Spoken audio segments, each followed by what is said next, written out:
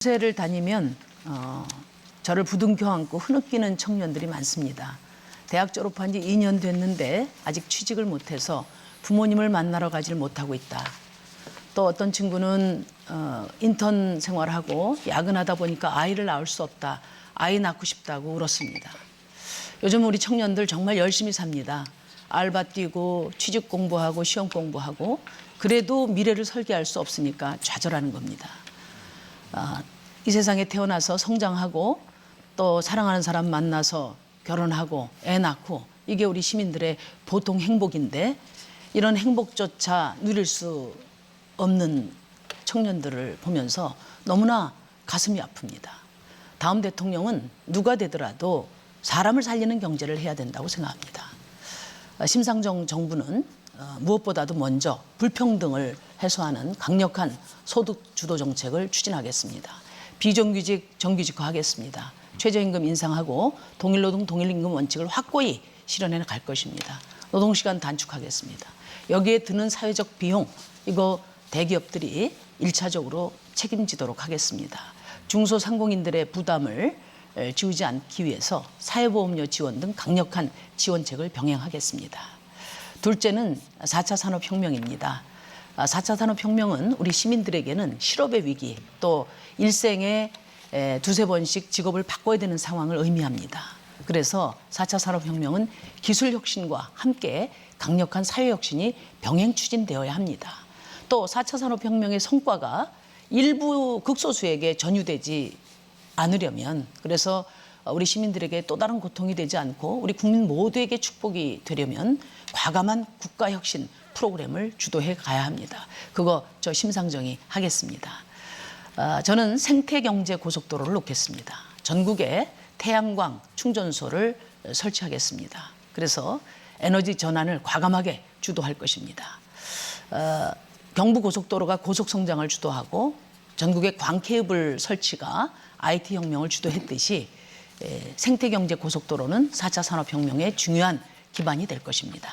이와 아울러서 과감한 노동시간 단축, 일자리 나누기, 그리고 고용보험 확대와 취업을 지원하기 위한 재교육 시스템, 그리고 4차 산업혁명의 성과를 공유하기 위한 그런 기본소득 제도를 전면적으로 준비하도록 하겠습니다. 저 심상정은 사람 살리는 경제, 우리 국민들을 지키고 청년이 다시 사랑할 수 있는 대한민국을 꼭 만들겠습니다.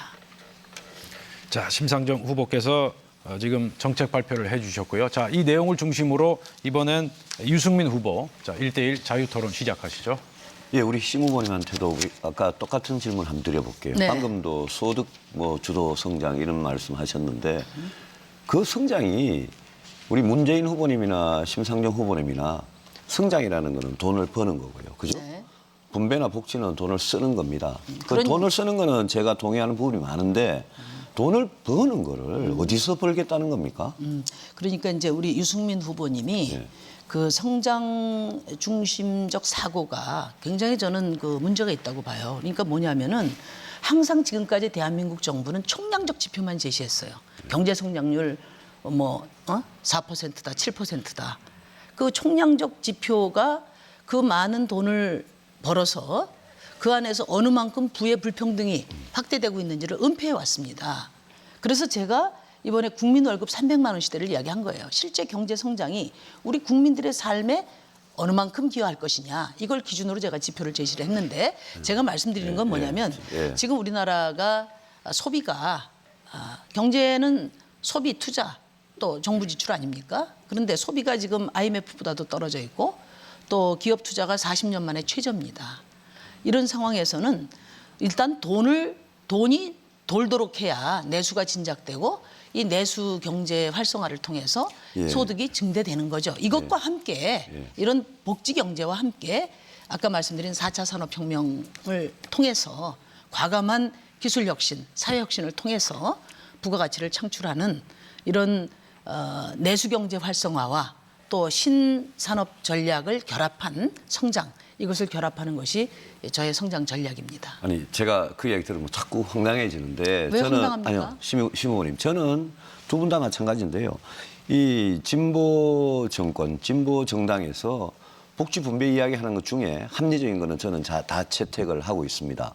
그거는 복지나 분배는 그거대로 신경을 써야 됩니다. 양극화 불평등 해소하기 위해서 신경을 써야 되는데 아니 문 후보님이나 심 후보님 말씀하시는 거 보면 도대체 어디서 우리가 돈을 벌어오는지 돈을 벌어야 쓸 거 아닙니까? 누가 돈을 버는데요? 난 좀 답답한 게 아니요. 그 지금과 소득주도 같은 성장 저성장 잠깐만요. 네. 소득주도 성장이다. 뭐 국민 월급 300만 원 시대다. 이렇게 말씀하실 때 그 돈을 누가 벌어다 주냐 이거죠. 그런데 심 후보님 공약을 보면 저는 제가 제 공약에 5년간 200조 원, 1년에 한 40조 원 드는데 심 후보님 공약은 1년에 110조 원, 5년에 550조 원이 들어요. 네. 그러면 돈을 버는 데는 없고 550조 원을 도대체 어디서 세금을 더 걷어야 될 거 아닙니까? 결국 정세 동의하셨으니까. 그러면 5년간 550조 원의 세금을 더 걷어오는데 그 돈을 어디서 벌어오는 거는 방법이 없다. 제가 두 가지 말씀. 제가 그 점 대해서 어디서 벌어오는지 그 점만 좀 설명을 해 주십시오. 그러니까 유 후보님은 예. 복지가 곧 성장이다. 예. 분배가 곧 성장이다. 이 개념 자체를 이해를 못 하시는 거예요. 그러니까 지금 세계적인 저성장 시대에 예를 들면 오바마 전 대통령이라든지 메르켈 총리라든지 예. 또 아베 총리가 지금 가장 우선적인 성장 전략으로 추진하는 게 최저임금 인상이고 동일노동 동일임금입니다. 그러니까 기본적으로 기업들에 투자해서 버는 것 말고 돈이 돌도록 해서 우리 국민들이 소득을 얻고 이 소득이 또 경제를 활성화하고 내수를 진작시키는 이 개념에 대해서 아예 머릿속에 없는 거예요. 그리고 한 가지만 더 말씀드리면 뭐냐면 지금 유 후보님도 제가 중부담 중복지를 말씀하셨는데 자, 심상정 후보. 자, 그 못다한 말씀은 제가 이따 다음 기회에 하겠습니다. 또 예. 아니 하시도록 하시죠. 잠깐만요. 사회자 너무들 시간을 안 지키시는데요. 이렇게 하면 저도 지킬 수가 없거든요. 아, 제가 안 지킨 거 알겠습니다. 없습니다. 제가 더 강력하게 시간을 지키도록 좀 촉구하겠습니다. 자, 유승민 후보 말씀하시죠. 아니 저 문재인 후보님하고 심상정 후보님 두 분 말씀을 들어보면 저는 복지가 성장이다. 또 국민 세금으로 국민 일자리 만들어서 그게 또 뭐 소득이 돼가지고 성장을 한다. 여기에 가장 결정적으로 결핍된 거 없는 게 도대체 누가 무슨 수로 성장을 하느냐입니다. 미국이나 중국 경제가 지금 잘 나가고 있는 것은 절대 저런 복지로 성장하는 게 아닙니다. 그래서 성장 그 자체로 중요한 거고 그게 복지보다 훨씬 더 어렵다는 말씀을 꼭 드리고 싶습니다. 자, 지금 토론 분위기 상당히 치열해지고 있는데 못다 하신 말씀은 아까 말씀드린 대로 또 기회가 오니까 네. 메모를 해두시기 바랍니다. 자, 다음은 안철수 후보죠. 자, 시작해 주시죠. 예, 지난번 토론회 때 이제 심 후보님 그리고 또 문 후보님도 그 이제 공무원 숫자 늘려야 된다. 그 근거로 드신 통계가 이제 OECD 통계였습니다. OECD에서는 공무원이 21%인데 우리나라가 7.6%밖에 되지 않으니까 훨씬 더 정말로 많이 늘려야만 된다고 말씀을 하셨는데요. 그 이후에 이제 언론사 팩트 체크도 보면 그게 틀리다라고 나왔지 않습니까? 그러니까 7.6%라는 것에서는 그 공기관 그리고 또 그 뭡니까? 민간에 위탁하는 것들 이런 것들이 다 빠져 있습니다. 즉 OECD 통계와 그리고 우리나라 통계의 그 기준이 다른데 그걸 그냥 이렇게 비교를 하신 겁니다. 그래서 틀린 사실에 근거해서 공무원 숫자를 얼마 더 늘려야 된다고 지금 주장하시고 계신데요. 그 부분 어떻게 좀 생각을 바꾸셨습니까? 제가 팩트 체크를 자세히 보지는 못했지만 팩트 체크에 둘 다 일리가 있다 이렇게 저는 그 팩트 체크가 나온 것으로 알고 있습니다. 그러니까 뭐냐면은 이제 가장 중요한 게 사립학교 교원들 문제인데요. 선진국들은 교육은 다 공공화돼 있기 때문에 국가가 책임을 지고 있기 때문에 우리나라처럼 이렇게 사립학교 교원들이 많지 않습니다. 그 숫자를 어떻게 포함하느냐 그것이 큰 어떤 변수가 된다 이런 얘기고요. 그래서 제가 제시한 숫자가 잘못되지 않았다 저는 그렇게 말씀드립니다. 제가 본 것과 또 다른 것 같습니다. 네. 그리고 또 제가 드리고 싶은 말씀은 이제 공기관이라든지 또는 그 민간 위탁들은 전부 OECD 거기에서 보면 전부 공무원으로 이렇게 포함이 되지 않습니까? 그건 아실 겁니다. 근데 우리나라는 그것이 포함되지 않다 보니까 실제 차이는 그렇게 크지 않다는 게 제가 이렇게 파악한 그런 내용이라는 점 말씀드립니다. 다음 질문은 제가 여러 아까 가지 그 경제에 있어서 네. 그 기업가에 대해서는 심 후보님께서 어떻게 생각하십니까? 기업가의 역할이 무엇이라고 생각하십니까? 제가 이제 그 좀 거꾸로 말씀을 드릴게요. 아까도 이제 공무원 이야기를 했는데 지금 현재 우리나라와 같은 이런 고용 절벽, 그 다음에 수출 절벽, 그리고 지금 투자 절벽 이런 상황이 정부 주도로 경제를 이끌어왔기 때문이면은 우리 안 후보님 문제 제기가 일리가 있습니다.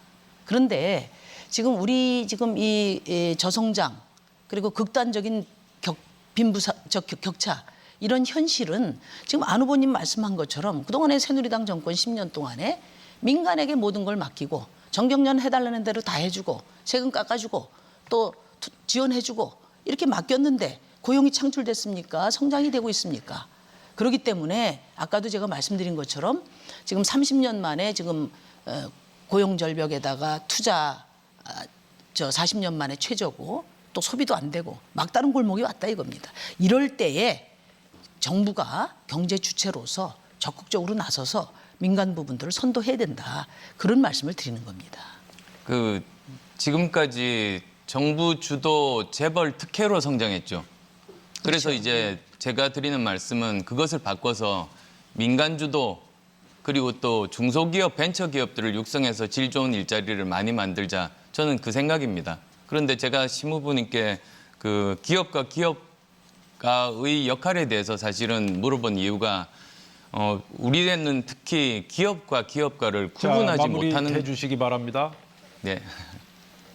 자, 심상정 후보께서 19초 지금 남아 있습니다. 네, 그 중소기업 중심으로 경제를 살려가야 된다는 얘기는 전적으로 제가 공감하는데요. 저는 이렇게 생각합니다. 지금 누가 투자를 할 수 있습니까? 지금 같은 상황에서 물건을 사지 않는데 전 국민의 봉급쟁이 2천만 중에 1,000만이 200만 원도 못 받는데 어디 뭐 시장 가서 물건 살 여력이 있습니까? 그렇기 때문에 지금 중소기업 투자를 유치하기 위해서도 정부가 자, 강력한 투자를 통해서 인프라를 심상정 깔아줘야 후보님. 된다고 생각합니다. 예. 예, 알겠습니다. 시간 다 지나간 거 알고 계시죠? 네. 자, 다음은